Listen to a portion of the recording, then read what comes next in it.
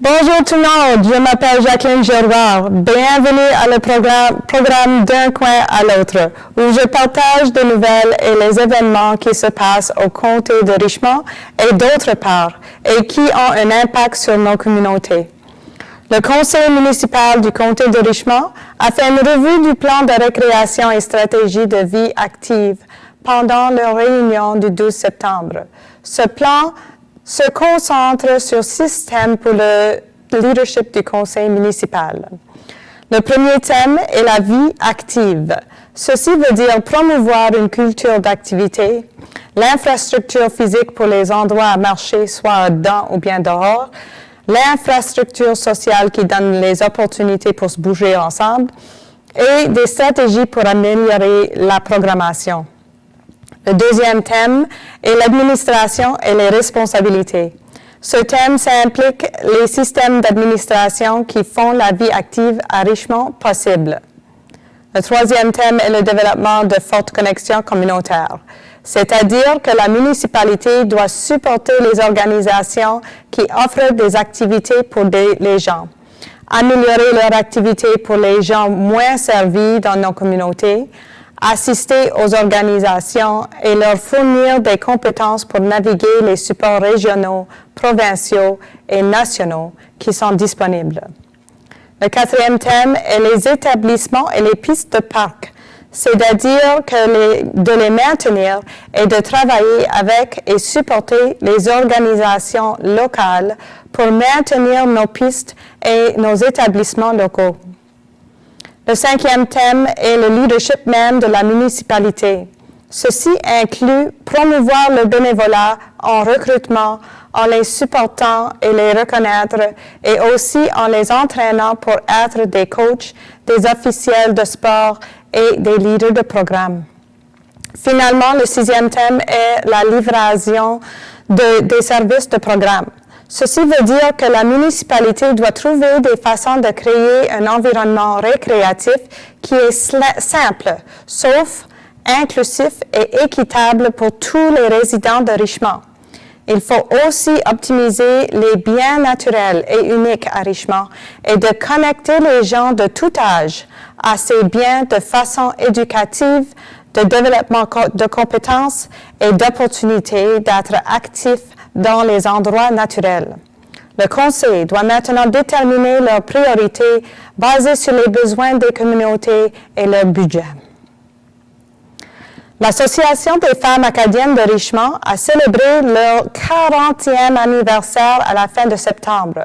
Plusieurs anciennes présidentes ont été reconnues et célébrées pendant un souper à la Picasse le 20 septembre. L'Association des femmes acadiennes de Richmond travaille fort pour supporter les femmes jeunes et âgées dans notre communauté. Trevor Boudreau, notre membre de l'Assemblée législative, vient d'être nommé comme membre du cabinet de Tim Houston, le premier ministre de la Nouvelle-Écosse. Il sera responsable maintenant pour les services communautaires et les affaires LNU. Ses responsabilités comprennent de travailler avec les organisations à travers de la province pour réaliser les services sociaux comme les supports d'embauchement, la formation des compétences, les aides de revenus, le logement abordable et les supports pour les jeunes et familles. Il faut aussi faire les négociations sur les droits traités autochtones entre les Mi'kmaq et le gouvernement de la Nouvelle-Écosse.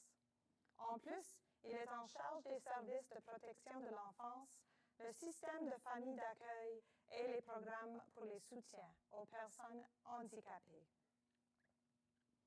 Le 30 septembre était la Journée nationale de la vérité et de la réconciliation.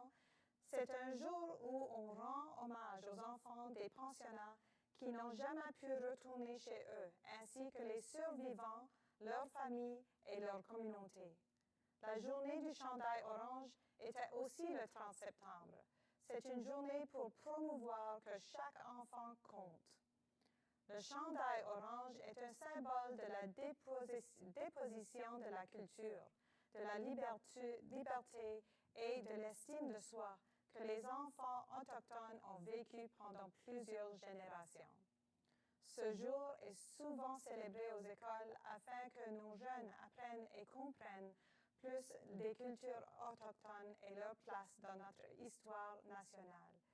Il y a 13 réserves autochtones à la Nouvelle-Écosse et une Potlatch ici, aux côtés de Richmond.